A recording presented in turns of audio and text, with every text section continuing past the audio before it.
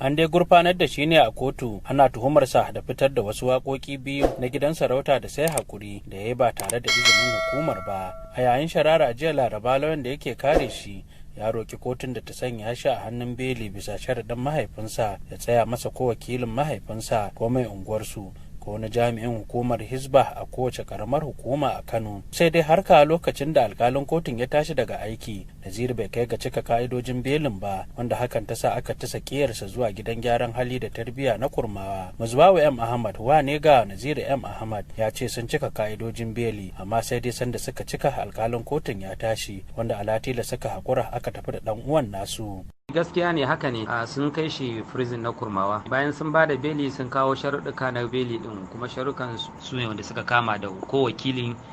ko kuma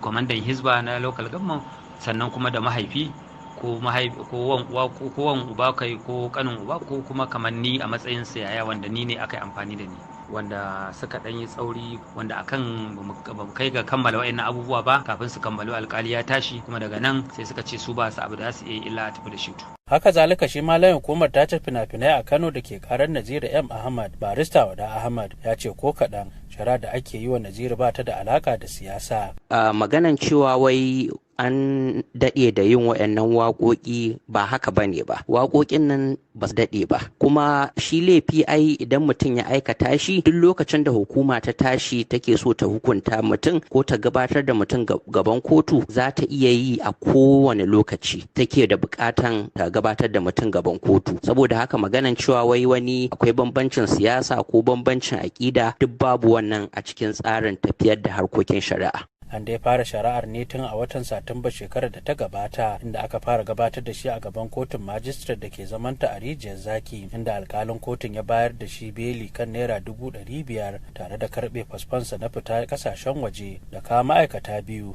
da ke mataki na 12 a aikin gwamnati. A yanzu dai kotu ta tsayar da ranar 1 ga watan Disambar shekarar da muke ciki a matsayin ranar da za a koma don ci gaba da sauraron ƙara.